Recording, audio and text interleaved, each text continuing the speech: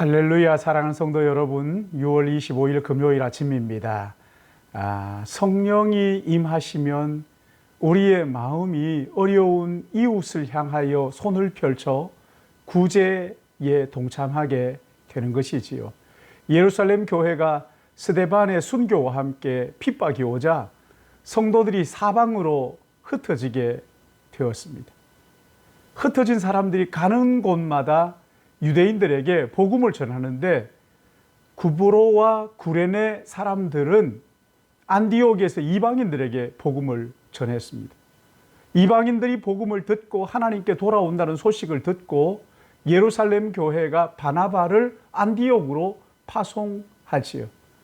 안디옥에서 바나바가 말씀을 가르치는데 사람들이 너무 많아서 도저히 혼자 감당할 수 없게 되자 다소에 있던 사울을 불러 함께 1년 동안 안디옥 교회를 섬기게 됩니다.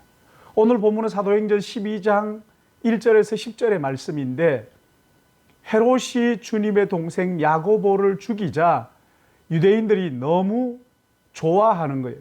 그러자 베드로까지 잡아서 옥에 가뒀는데 하나님께서 천사를 보내셔서 건져주시는 내용이 오늘 본문의 말씀입니다. 오늘 본문을 제가 봉독하겠습니다. 그때 헤롯 왕이 손을 들어 교회 중에서 몇 사람을 해하려 하여 요한의 형제 야고보를 칼로 죽이니 유대인들이 이 일을 기뻐하는 것을 보고 베드로도 잡으려 할세 때는 무교절 기간이라 잡음에 옥에 가두어 군인 내패에 맡겨 지키고 유월절 후에 백성 앞에 끌어내고자 하더라. 이에 베드로는 옥에 갇혔고 교회는 그를 위하여 간절히 하나님께 기도하더라. 헤롯이 잡아내려고 하는 그 전날 밤에 베드로가 두 군인 틈에서 두 쇠사슬에 매여 누워 자는데 파수꾼들이 문 밖에서 옥을 지키더니 호련히 주의 사자가 나타나며 옥중에 광채가 빛나며 또 베드로의 옆구리를 쳐 깨워 이르되 급히 일어나라 하니 쇠사슬이 그 손에서 벗어지더라. 천사가 이르되 띠를 띠고 신을 신으라 하거늘 베드로가 그대로 하니 천사가 또 이르되 겉옷을 입고 따라오라 한데 베드로가 나와서 따라갈새 천사가 하는 것이 생시인 줄 알지 못하고 환상을 보는가 하니라. 이에 첫째와 둘째 파수를 지나 시내로 통한 쇠문에 이르니 문이 저절로 열리는지라. 나와서 한 거리를 지나매 천사가 곧 떠나니라. 아멘. 우리는 하나님이 기뻐하시는 일을 하면 어려운 일이 없을 것이라고 기대하지만 그렇지 않죠. 이 세상은 세례 요한을 칼로 죽였고 야고보를 칼로 죽였어요. 오늘 여기 본문에 보시면 베드로까지 죽이려고 잡아다가 옥에 가두었어요. 종종 믿는 사람들 중에 이런 질문을 하죠. 하나님을 잘 믿는 착한 사람이 왜 고난을 당하느냐고.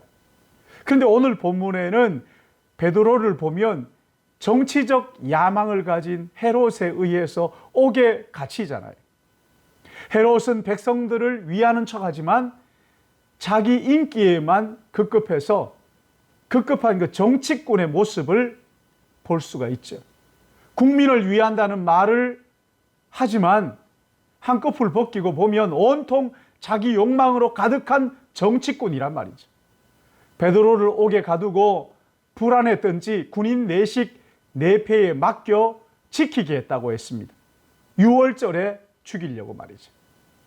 졸지의 지도자를 잃은 예루살렘 교회, 여러분 어떻게 하는지 5절을 보십시오. 이에 베드로는 옥에 갇혔고 교회는 그를 위하여 간절히 하나님께 기도하더라. 교회가 베드로를 위하여 한 것이 뭐예요? 하나님께 간절히 기도하는 것밖에 없었어요.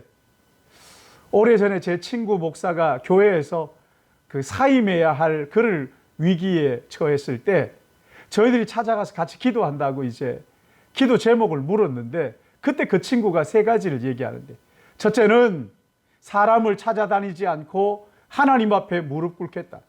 두 번째는 노회가 어떤 결론을 내리든지 그 결론이 하나님의 뜻인 줄 알고 순종하겠다. 세 번째, 그 일 때문에 교회에서 미워하는 사람이 생기지 않도록 그렇게 기도한다고. 여러분 얼마나 참 멋있어요. 최근에 모든 문제가 원만하게 해결이 됐어요.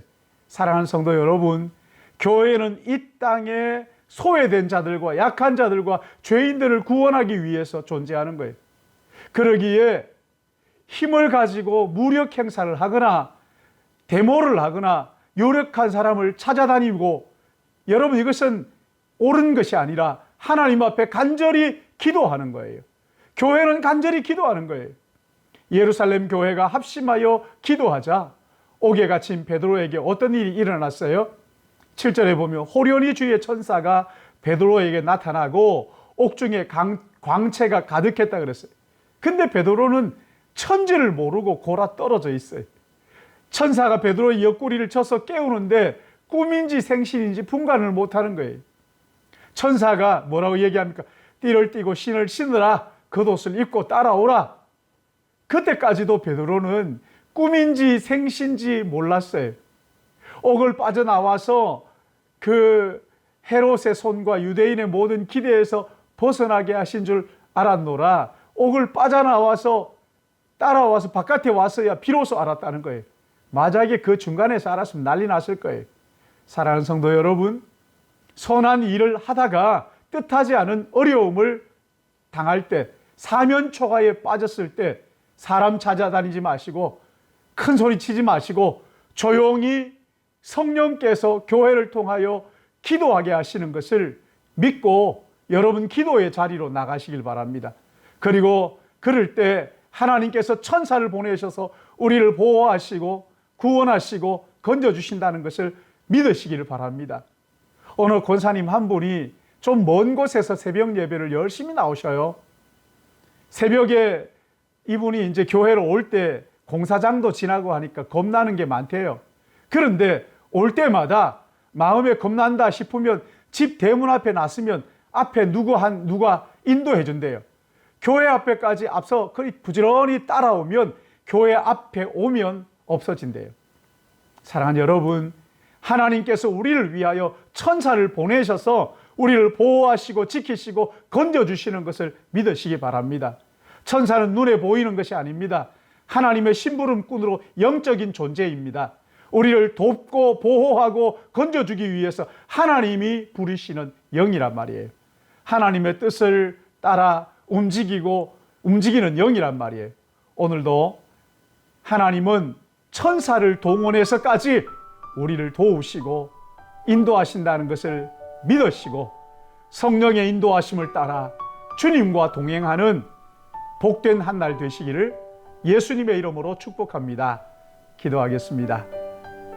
거룩하시고 자비로우신 아버지 하나님, 베드로가 위기에 처했을 때 우리 하나님은 천사를 보내서까지 그를 인도하시는 거룩하신 주님, 그러나 또 야고보는 또 세례 요한은 칼에 베어 죽임을 당하게도 하시는데 하나님의 뜻이 어디에 있는지 우리가 조급하게 판단하지 않고 하나님의 선하신 뜻이 우리에게 이루어질 때 하나님이 영광 받으시는 것을 믿게 하여 주시고, 정말 어려울 때 우리를 구원하시기 원하시면 천사라도 동원하여 우리를 건져주시는 것을 확신하게 하시고, 그리함으로 어떤 환경 속에서도 두려워하거나 떨지 않고 하나님을 신뢰하고 의지하고 주님과 동행하는 우리 모든 믿음의 권속들 되도록 은총을 더하여 주시옵소서.